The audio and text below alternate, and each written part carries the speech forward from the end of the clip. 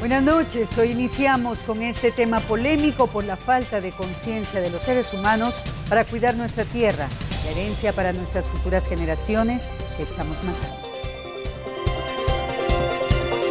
Bueno, y continuando con este tema, parece que dos de las potencias mundiales en la industria ya están tomando conciencia por los daños que le provocan a nuestro planeta. Ojalá que cumplan con los compromisos que asumieron hoy en una reunión de jefes de Estado.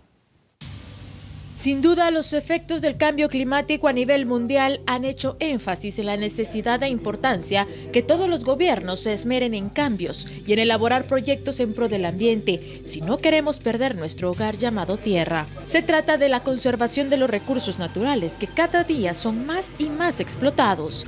Agua, tierra, vegetación, fauna y flora corren peligro a causa de la severa contaminación mundial. Hoy, en una reunión que rompió récord, más de 60 jefes de Estado y de gobierno participaron en la ceremonia que se llevó a cabo en Nueva York, en donde más de 175 países, entre ellos los dos más grandes emisores de gases de efecto invernadero, Estados Unidos y China, firmaron en la ONU el histórico acuerdo para combatir el calentamiento global, con la esperanza de mantener el impulso de la Conferencia de París de diciembre pasado, en el que se compromete a sus firmantes a limitar el aumento de la temperatura por debajo de los 2 Celsius y a continuar sus refuerzos para limitar esta alza a 1,5 Celsius. Para muchas de las regiones más pobres y vulnerables, el cambio climático es ya una amenaza tanto para la vida diaria de la población como para sus medios de vida. En regiones áridas, las largas sequías obligan a niños y mujeres a buscar agua en lugares alejados, mientras que en los pequeños estados insulares, el aumento del nivel del mar amenaza las costas y los medios de vida de las comunidades expuestas.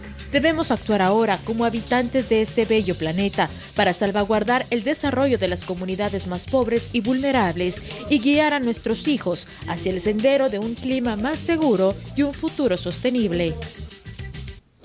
Y en Guatemala también recibimos un llamado a la conciencia para frenar aquellas acciones que afectan los recursos naturales y apresuran el cambio climático. El respeto al agua, a la tierra y a la vida, así como el repudio por la contaminación y el desvío al cauce de los ríos, fueron las consignas que pregonaron durante 12 días integrantes de organizaciones campesinas y universitarios que partieron del oriente, occidente y costa sur en la denominada Marcha por el Agua. Los tres grupos partieron de puntos distintos del país el pasado 11 de abril. Anoche pernoctaron en la ruta a El Salvador, en la ruta al Atlántico y el campus de la Universidad de San Carlos de Guatemala. Hoy, a primeras horas de la mañana, dos grupos se reunieron en el Obelisco y enfilaron hacia el centro histórico, donde los esperaba el grupo que ingresó por el Atlántico. Los manifestantes entregaron en las gobernaciones departamentales un escrito para adoptar medidas que permitan proteger los recursos naturales y evitar que sean explotados de forma anómala por los finqueros y otros grupos interesados que desvían y contaminan los ríos. En el centro histórico se apostaron frente al Congreso de la República para demandar de los diputados acciones inmediatas para evitar el deterioro de los recursos naturales. Posteriormente llegaron a la Plaza de la Constitución y entregaron sus memoriales al organismo ejecutivo. La preocupación por la falta de conciencia y la explotación de los recursos naturales con fines particulares solo viene a precipitar el avance de los efectos negativos del inminente cambio climático. Recordemos que Guatemala integra la lista de los 10 países de Latinoamérica más vulnerables a sufrir las consecuencias del calentamiento global. Vecinos de Jocotán buscan atención y ayuda para evitar el deterioro de uno de sus ríos por la instalación de una hidroeléctrica. Por supuesto que en este caso está involucrada la municipalidad local. Vecinos de Jocotán, Chiquimula, llegaron a Torre de Tribunales para presentar una acción legal que les ampare ante la municipalidad de ese departamento. La molestia es porque la comuna cedió 600 caballerías para un usufructo con la empresa que instaló una hidroeléctrica en ese sector. Pero los pobladores aseguran que esas tierras son propiedad privada y exigen la devolución de sus bienes. La municipalidad ahora dispuso y planteó, otorgó un usufructo por 50 años del uso de un río, que es el río Jupilingo, sin el consentimiento de los verdaderos dueños, que es el común de naturales o la comunidad indígena de Jocotán. Nosotros traemos como medios probatorios títulos que datan de 1777, donde consta que las comunidades indígenas o el Común de Naturales compró esas tierras al Estado de Guatemala en aquel entonces. Según los pobladores que por varias horas manifestaron afuera de tribunales, históricamente estas tierras fueron otorgadas a la comunidad Xortí y pertenecen a familias de generación en generación. Y en esta ocasión se están violando el derecho de propiedad y se está abusando también de los recursos naturales del área.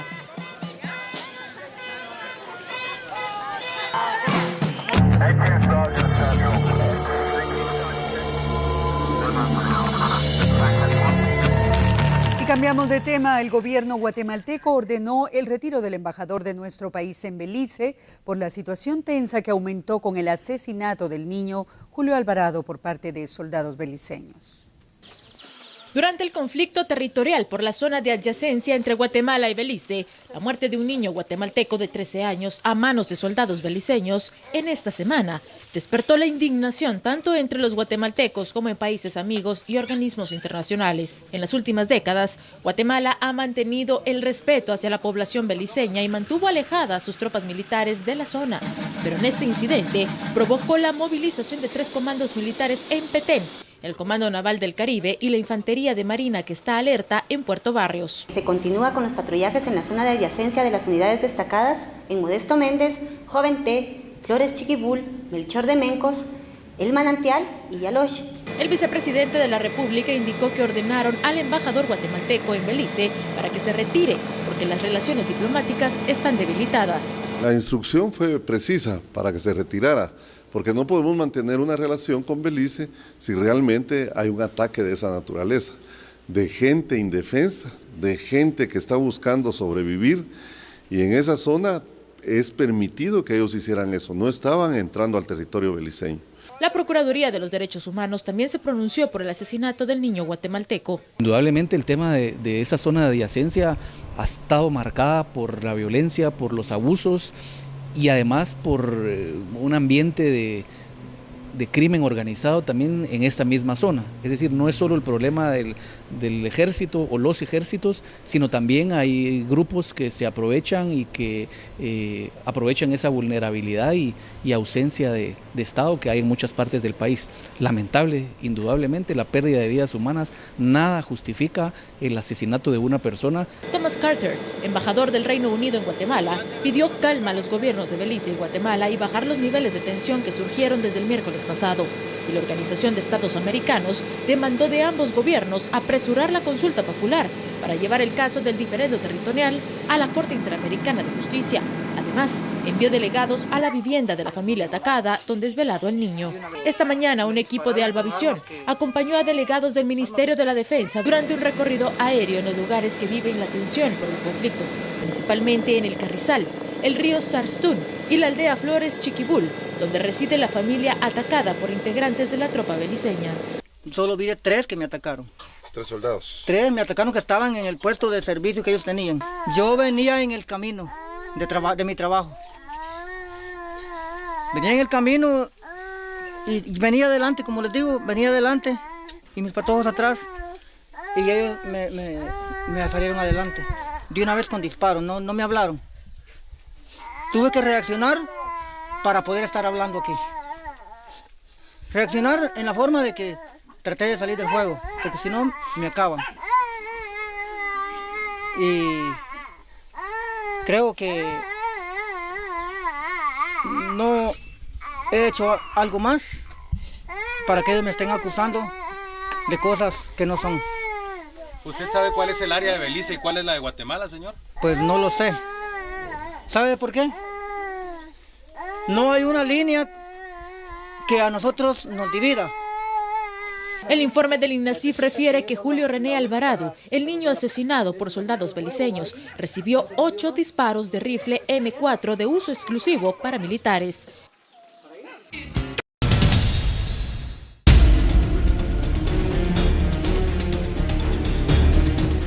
Y esta noticia presenta a un individuo que es el vivo reflejo de la depravación sexual.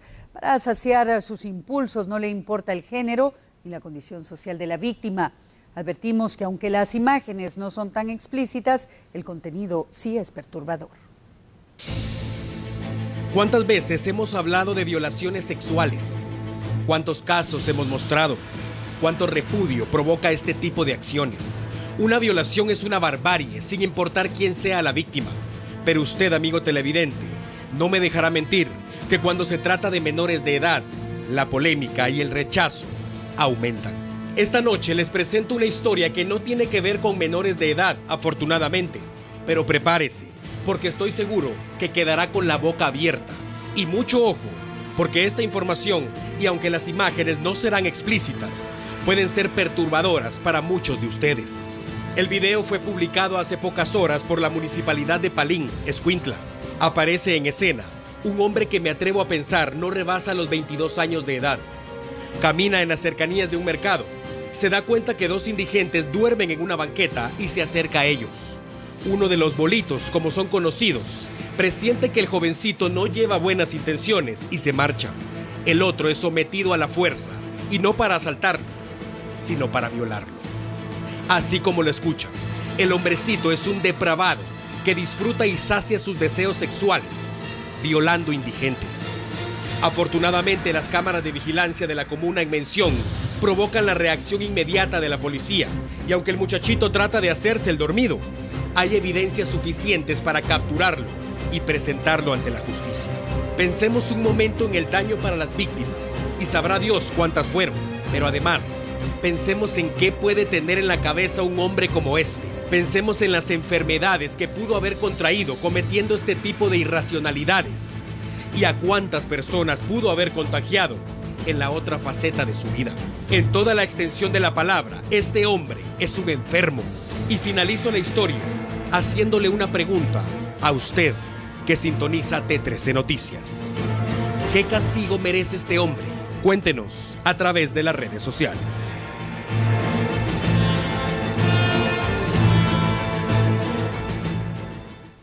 Y escuche usted esto, y es que pese a las pruebas captadas por las cámaras de vigilancia, este hombre acaba de quedar en libertad. Recordemos que sin parte pidiente, la justicia guatemalteca se encuentra atada de manos. Así es que este violador queda en libertad esta noche, ya que el indigente se negó a presentar una declaración en contra del juez competente.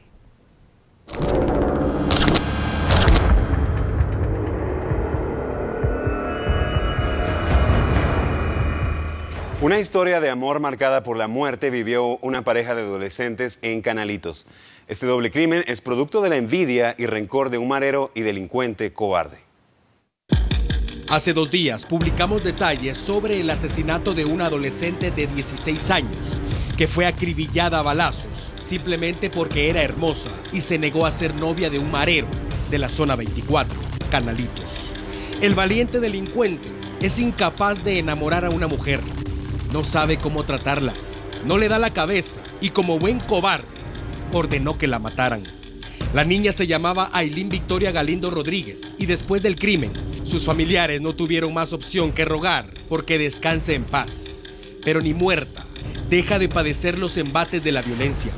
En el momento en que sus familiares y amigos cercanos pretendían sepultarla, hombres armados llegaron al camposanto y abrieron fuego.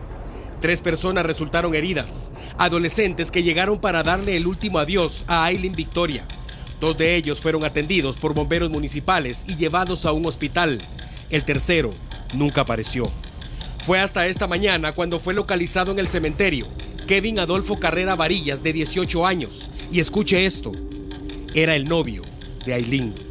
Cuando resultó herido, huyó para esconderse de los sicarios, pero no soportó y se presume que entró en shock. Las heridas eran graves y finalmente falleció en el mismo cementerio que su amor. La historia es triste y enluta a 2 familias guatemaltecas por el simple hecho de que una mujer de bien se negó a ser la novia de un delincuente cobarde.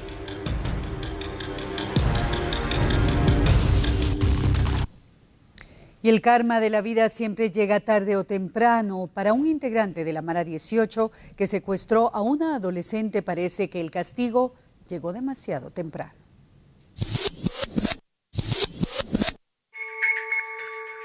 El pasado 4 de abril, una jovencita de 14 años junto a su cuñada, adulta, fueron secuestradas en Villalobos y llevadas más tarde a San Miguel Petapa. La cuñada de la menor de edad escapó y avisó a la policía sobre la suerte del adolescente. Los operativos permitieron de inmediato ubicar la vivienda y el 18 de abril se consumó el rescate. Allí, la policía capturó a Kevin Jordi Coronados Recinos, de 20 años, y a un adolescente de 15, de apellido Escalel, ambos integrantes de la Mara 18. El menor de edad fue remitido a un correccional y Coronado Recinos al sector 11 del preventivo para varones de la zona 18, donde ingresó el pasado martes por la noche. Pero está claro que nadie escapa al karma de la vida. Y aquí se cumple la frase bíblica: quien a hierro mata, a hierro muere. Y así lo vivió Kevin Jordi, porque solo 2 días pasó entre los reos de su misma calaña antes de que lo ejecutaran. Hoy, las autoridades del sistema penitenciario confirmaron la muerte del reo. El cuerpo presenta señales de violencia y una profunda herida en la garganta. Por lógica, el código del silencio prevalece en el sector 11, donde las autoridades comenzaron las pesquisas para tratar de identificar al responsable. Pero quien hable sabe que correrá con la misma suerte. Y este es el caso de otro cobarde que asesinó a su esposa con 8 meses de embarazo. Afortunadamente ahora está en el banquillo de los acusados. Acusado de haber asesinado a machetazos a su esposa, quien además estaba en el 8º mes de embarazo. Este hombre, si es que aún es considerado como tal, ya que padre y esposo es quien protege de su familia y no quien la destruye, fue capturado y deberá enfrentar la justicia por los delitos de femicidio y parricidio. La víctima, Catalina Dominga Maldonado, de 26 años, quien fue encontrada sin vida en unos matorrales el 21 de junio del año pasado. Según el Ministerio Público, este sujeto, identificado como Ariel Felipe López Cuá, de 30 años, era un soldado del Ejército de Guatemala, pero dejó de estar en las filas castrenses después de ser expulsado de la institución y haber enfrentado un proceso penal en Suchitepeques por haber sustraído armas durante su servicio. Está ahora en manos de las autoridades aplicar todo el peso de la ley si se comprueba su participación en el asesinato de su pareja y su bebé.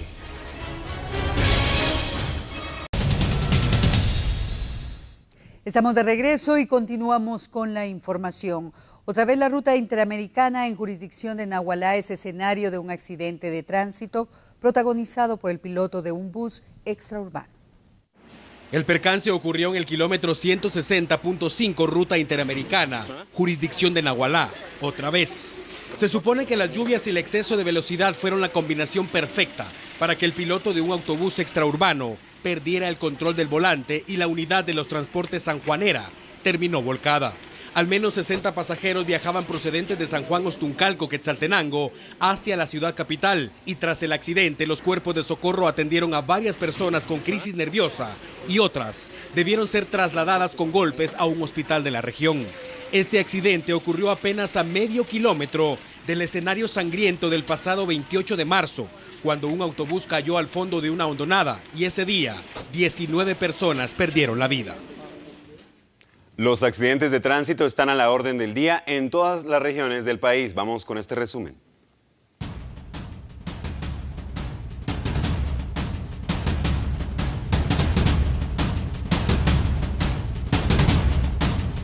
Un piloto y su ayudante se salvaron de morir de milagro y prensados dentro de un camión después de volcar el vehículo en el kilómetro 187, jurisdicción de San Martín, Zapotitlán, Retalhuleu. Según el piloto del automotor, las causas del accidente fueron porque una de las llantas se pinchó en la carretera, causando que perdiera el control del mismo.